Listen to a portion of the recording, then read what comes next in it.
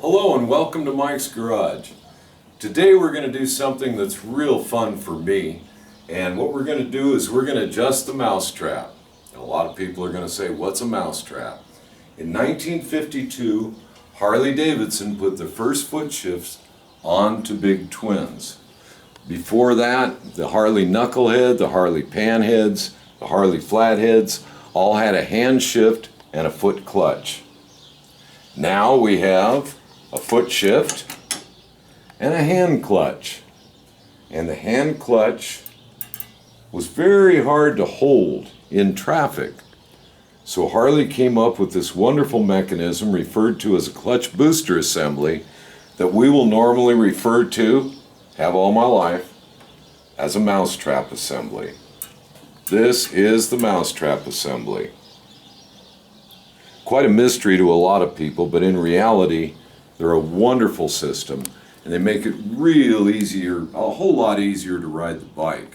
Being able to hold a clutch lever in traffic without any effort or very little effort is quite an asset. So without any further talking about it, well, just for a second.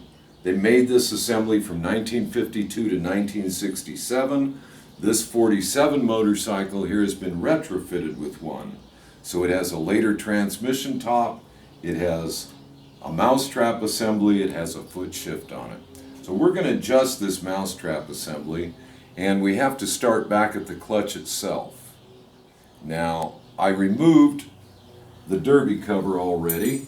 I think everyone knows how to remove 8 screws and take off a derby cover. So the first thing we're going to do is loosen the clutch rod.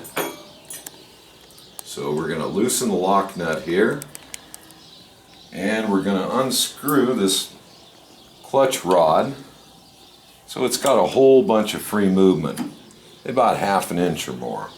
It's going to take both hands. If it's a little hard to turn, there we go. I was going to say, just put a little crescent wrench on this flat spot here, right there, and you can turn it with a wrench. But we've got enough play in it now. Whoops, too much play. I unscrewed it. We'll put it back in. Okay, the next thing is, what we want to do, loosen the clutch rod adjusting screw lock nut, which is now loosened. And we can move the clutch arm to wherever we want it with that adjusting screw. Now, recommended distance is 4¼ inches from the transmission lid to the slot on the clutch adjusting, on the clutch actuating arm here. Now, we've got it in position, and we'll tighten up the lock nut. Now this adjustment is complicated enough that I actually write notes on it, no matter how many times I've done it. So now what we want to do is loosen the cable right up here at the top of the mousetrap assembly, loosen the lock nut, and turn the cable sleeve adjuster right here, turn it all the way in so that you have a whole bunch, at least an inch or so movement on the clutch hand lever up on the handlebars.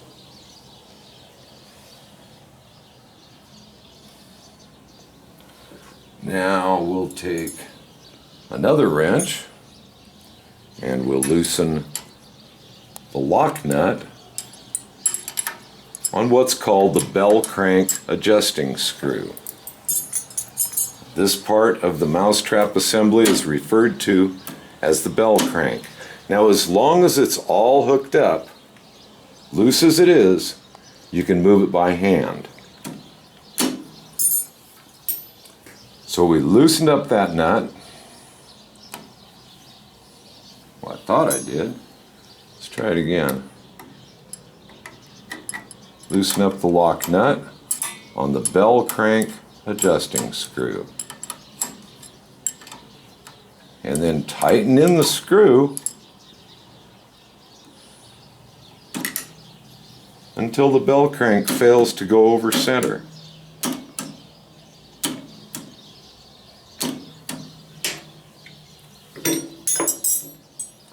Next movement is to take the top adjusting nut from the bottom of the spring, right here, and back it off all the way. Now all these parts are moving very smoothly for me because I lube the heck out of them, which I do. Anywhere I have metal touching metal, I lube. I put grease on all those places at the ends of both springs. On the back of the bell crank, back in here, I don't think you can see it, there's a zerk fitting where you can give it a shot of grease once in a while. If all this linkage is lubed, everywhere you have metal and metal, metal on metal, it'll really help.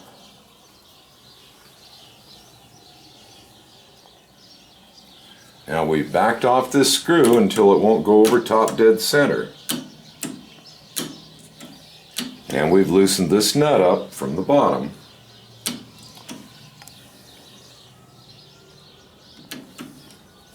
And back to my notes for a second. Now if we tighten up this, or we loosen up the adjusting screw until the bell crank goes over top dead center and stays. Now it's staying. Now we'll tighten up the lock nut on that adjusting screw. Now the next thing to check is, now that this thing is going over top dead center and staying in place, you want to be sure, there it is. All right, we want to be sure that the bell crank has gone over center, and if we draw a straight line here using a rule, or in this case my pointer, you can see it's about 1/8 of an inch over top dead center.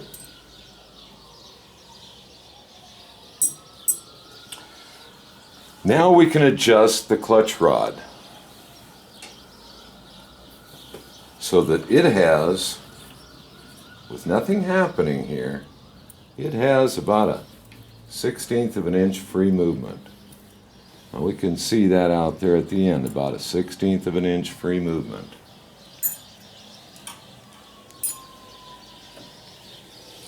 I want that to go in just a little bit more.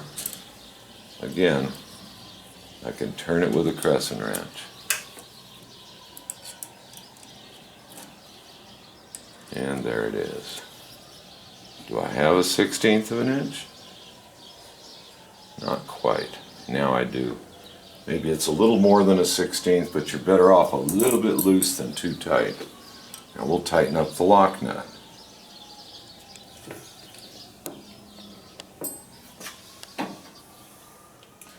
Now this cable sleeve,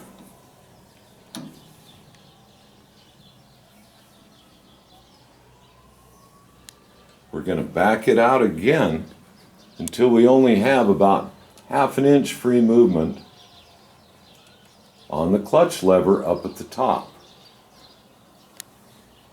It's a two-hand job here. I'm moving the sleeve and I'm checking the lever so that I have about 1/2 an inch of free movement up there. And then tighten down the lock nut on the cable sleeve.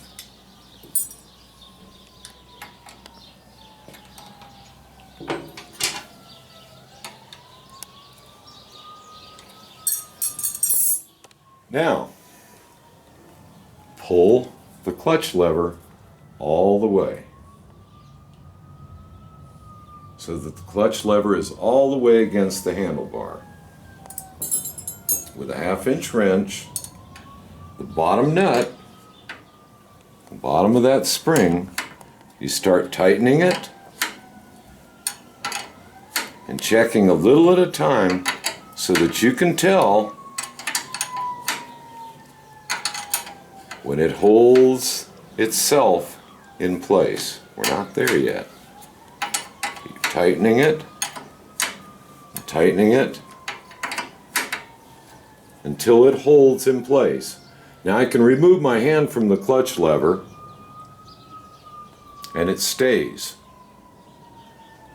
Now I need to hold it again lightly with my hand so I can tell at what point when I loosen the bottom nut, the mousetrap, the bell crank goes over center all on its own. And there it is. Now all I need to do is tighten the top nut, which really acts as a lock nut for the lower part of this spring. So I can hold one nut with one wrench, the other nut with the other wrench, and tighten it up.